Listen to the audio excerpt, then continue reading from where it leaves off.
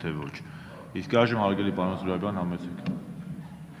Կոնգրես խմբակցության որոշ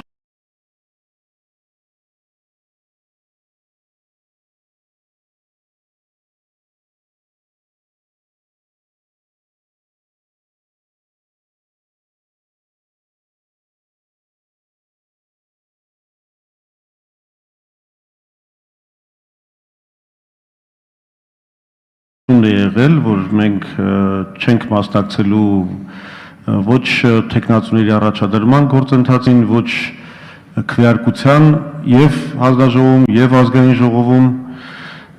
բայց դա որևէ կերպ չի սահմանափակում մեր ցանկությունը հնչեցնել որոշ հարցադրումներ, այդ թվում նաեւ ստեղծել հնարավորություն ձեզ համար պատասխանել այն հարցադրումներին, որոնք կարեւոր են մեր հանրության համար։ Առաջինը, վստահ եմ, որ ծանոթ եք ԵԽԽՎ 1900 քաղբանտարկյալի սահմանուն բանաձևին, որտեղ ներկայացված են քաղբանտարկյալի սահմանման 5 չափանիշ եւ Եվրոպայի անդամակից պետություններին կոչ է արված վերանայել քաղբանտարկյալների գործերը։ Դուք պատրաստվում եք ձեր աշխատանքում օգտագործել այդ գործիքը եւ պաշտպանել այն մարդկանց իրավունքները, որոնց կալանավորումը համապատասխանում է 1900 բանաձևի չափանիշներին։ Դուք քաղբանտարկյալ բառը օգտագործելու եք այդ առումով։ Գևորգ Սաֆարյանի եւ Վարդգես Գասպարի ազատազրկման հիմքերը հիմնարար համարում եք։ Երկրորդ, Կարեն Անահրյասյանը հանրաքվեի ժամանակ բավականին լուրջ գործունեություններ ծավալել եւ ունի կուտակած օրինախախտումների մի ամբողջ շտեմարան, պատրաստվում էր զեկույց անել հանրաքվեի օրինախախտումների վերաբերյալ։ Եվ ես կարծում եմ դա ինստիտուցիոնալ գործ է, անկախ նրանից թե ով է հիմա մարդու իրավունքների պաշտպանը լինելու, դուք եթե այդ պաշտոնում ընտրվեք, կանեք այդ զեկույցը։ Երրորդ, խնդրում եմ պատասխանել այն հարցին, որ վերաբերում է հնարավոր շահերի բախման խնդրին։ Բանն այն է, որ ասենք դուք պաշտպանել եք կառավարության շահերը, որոշ մարդկանց մարդու իրավունքների հետ կապված շահերի դեմ կոմունիկացվելով Եվրոպական դատարանի հետ։ Օրինակի համար դատավորների կենսաթոշակների հարցում կամ թեղութի ակտիվիստների հարցում, հիմա տեսականորեն այդ մարդիկ եթե դիմում են ձեզ, ստացվում է, որ դուք հիմա հակառակ կողմի շահերը պետք է պահպանեք, դա ստեղծում է շահերի բախման խնդիր։ Չորրորդը, Լևոն Գուլյանի դաժան սպանության գործով ոստիկանության կողմից պետք է կոմունիկացվեիք Եվրոպական դատարանի հետ։ Ինչ որոշում եք ընդունել այդ կապակցությամբ։ Շնորհակալություն։ Շնորհակալություն։ Առաջինը ինչ վերաբերում է ԵԽԽՎ-ի բանաձևին։ Այո, ես տեղյակ եմ այդ բանաձևին, քաջածանոթ եմ, ոչ միայն այդ բանաձևին, նաև այդ բանաձևը հիմնված է 2001 թվականին դեռևս ԵԽԽՎ-ի կողմից ընդունված մեկ այլ բանաձևի վրա, եւ սա պարզապես դրա շարունակություններ առավել խտացված արտահայտությունը չափանիշների առումով։ Ընդհանրապես տեսեք, եւ ասեմ ձեզ, որ բոլոր անձանց իրավունքները դիմումատուների անկախ որևէ կողմնորոշումից իմ ելույթում էլ ասացի, պատրաստ եմ աշխատել բոլորի իրավունքների պաշտպանության ուղղությամբ եւ վերականգնմանը նպաստելու համար։ Ինչ վերաբերում է քաղաքական բանտարկյալ տերմինի օգտագործմանը, տեսեք, եթե այդ հարցը հասցեագրվում է մարդու իրավունքների պաշտպանի թեկնածուին, ենթադրվում է, որ նաև պետք է օրենսդրական պահանջներ հաշվի առնել։ Մարդու իրավունքների պաշտպանի մասին օրենքը հստակ մեկ ընդամենը ընդհանցակարգ է նախատեսում, գնահատական տալու հնարավորություն բացառապես հարցի հատուկ ընդհանցակարգով քննարկման արդյունքում։ Այսինքն ընդ որում հատուկ նշվում է, որ պաշտպանը պետք է հնարավորություն տա այն մարմնին, որի գործողությունները բողոքարկում են կամ որի խնդիրը վերագրվում է, ներկայացնելու պարզաբանումներ։ Հիմա այլ եղանակ, քան նման այս ընդհանցակարգն է, չկա։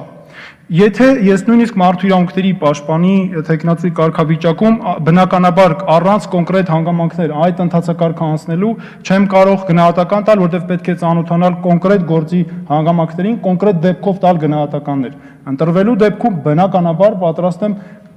քննարկել հատուկ ընդհանցակարգով, ես որքանով տեղյակ եմ, պարոն Անդրեասյանը արդեն որոշակի հարցումներ արել էր իր հրաժարականից առաջ, այնպես որ պատասխանը կարծում երևի եկել է ոստիկանության կամ պետք է գա, այդ դեպքում արդեն կոնկրետ քննարկենք խնդիրը։ Երկրորդը, ինչ վերաբերում է, նաև դուք նշեցիք կալանքի հիմքերին կոնկրետ դեպքով, դարձյալ ես Գեորգ Սաֆարյանի գործի հանգամանքներին կալանավորման հիմքերի առումով կարգավիճակի սուզով որևէ կերպ ծանոթ չեմ, դարձյալ այդ գործընթացի շրջանակներում իհարկե հնարավորություն կլինի ծանոթանալու։ Հանրաքվեի հարցի հետ կապված ես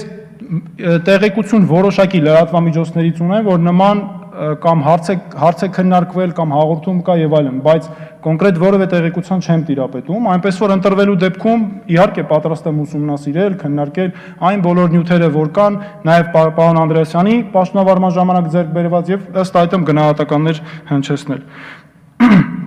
Հնարավոր շահերի բախման խնդիրը։ Տեսեք, այս հարցը շատ է քննարկվում եւ համաշխարհային ես ինքս փորձ բերեցի միջազգային, որքան շատ են դեպքերը, երբ կառավարությունների ներկայացուցիչները նաեւ ընտրվում են կամ այլ աշխատանքների են անցնում եւ իրավապաշտպան գործունեություն են իրականացնում։ Դա պայմանավորված է նրանով, որ կառավարության ներկայացուցիչների դերը կամ տեղակալների կամ աշխատակազմերի Եվրոպական դատարանում վերջին տարիներին ձեռք է բերել առավելապես իրավապաշտպան բնույթ եւ նպատակ ունի Եվրոպական դատարանում առկա խնդիրների հիման վրա բարեփոխել ներողություն իրավական համակարգը։ Եվ այստեղ բացի այդ այն փաստաբանական գործունեություն է այդ մասով։ Շահերի բախման որևէ խնդիր չկա, ես ինքս այնքան եմ նաև շատ զբաղվել իմ գործունեության ընթացքում իրավապաշտպան գործունեության, որ կարծում եմ իհարկե այստեղ այդ պահին օրենքով առաջադրված խնդիրները հստակ գիտակցելով պետք է միանշանակ քայլեր ձեռնարկել մարդու իրավունքների պաշտպանության ուղղությամբ։ Ինչ վերաբերում է Լևոն Գուլյանի գործին, ապա